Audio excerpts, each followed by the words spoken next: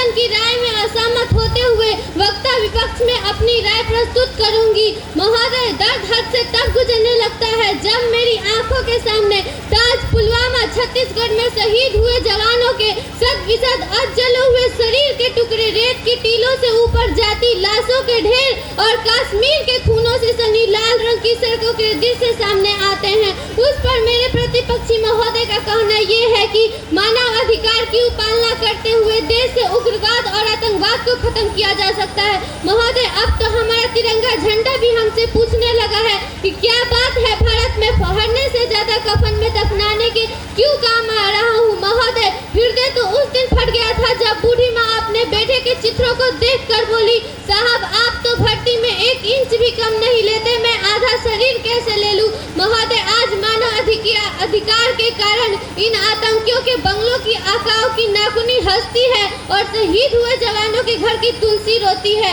महोदय, किसी भी युद्ध को जीतने के लिए पहल करना सबसे ज्यादा आवश्यक है। इतिहास गवाह है कि पहल करके बड़े बड़े युद्ध का परिणाम बदल दिए गए हैं, परंतु आज मानव अधिकार के कारण हमारे देश के जवान इस कदर बंधे हुए हैं कि अपनी ड्यूटी पर खड़े होकर भी पहल करने से डरते हैं, क्योंकि भविष्य में उनका कटघरे में खड़े रहने का डर सता रहा है। महोदय, वो जानते हैं कि अगर किसी निर्दोष को गोली लग गई तो ना ये समाज हमें छोड़ेगा, ना ही ये तिल का तार बनाने वाली मीडिया छोड़ेगी। महोदय, आज धर्मनिष्ठा की मार्ग पर चलते हुए भी हमारे देश का जवान इन आतंकियों और पत्थरबाजों से डरता है, क्योंकि वह जानता है कि उसकी राइफल से निकलने वाली गोली टारगेट को हिट नहीं भी करेगी तो 400 मीटर तक जाएगी। इस बीच यदि किसी निर्दोष को गोली लग गई तो उन्हें अपनी नौकरी से हाथ धोना पड़ सकता है। अपनी नौकरी बचाने के खातिर ये जवान सोचता है कि सांप मरे या ना मरे, परंतु लाठी नहीं टूटनी चाहिए। महोदय,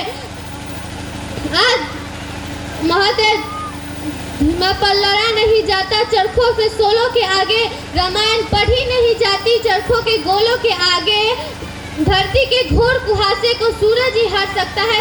एटम बम से रक्षा केवल एटम बम ही कर सकता है। जय हिंद, जय भारत। बहुत